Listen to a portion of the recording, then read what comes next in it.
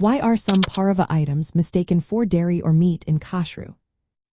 Imagine opening your kitchen cabinet and grabbing a snack, only to realize you might have confused it with something that's not allowed with your meat or dairy meals.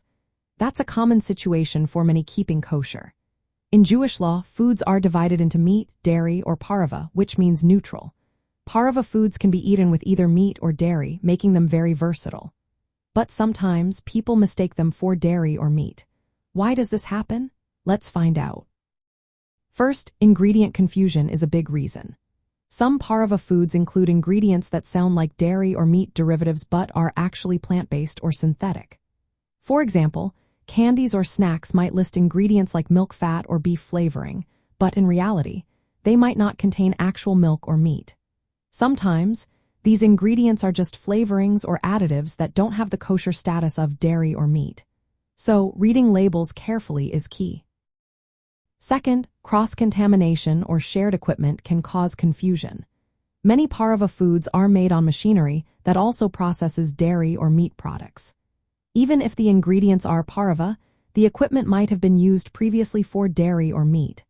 While kosher certification agencies requiring strict supervision to prevent actual mixing, the equipment's history can make consumers unsure.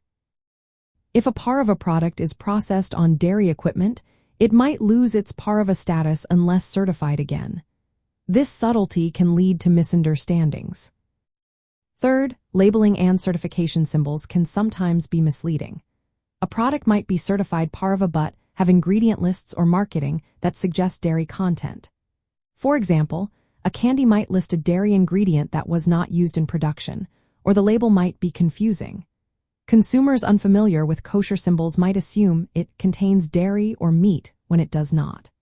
Always look for reliable kosher certification symbols that clearly state Pareve.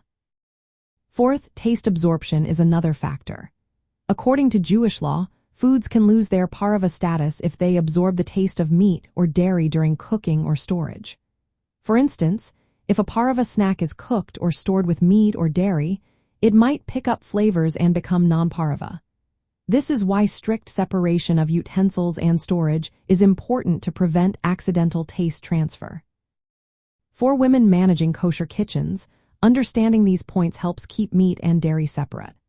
Always check for trusted kosher certification symbols that specify Pareve. Be aware that some foods are processed on dairy or meat equipment, so verify certification. Read ingredient lists carefully and ask knowledgeable authorities if unsure.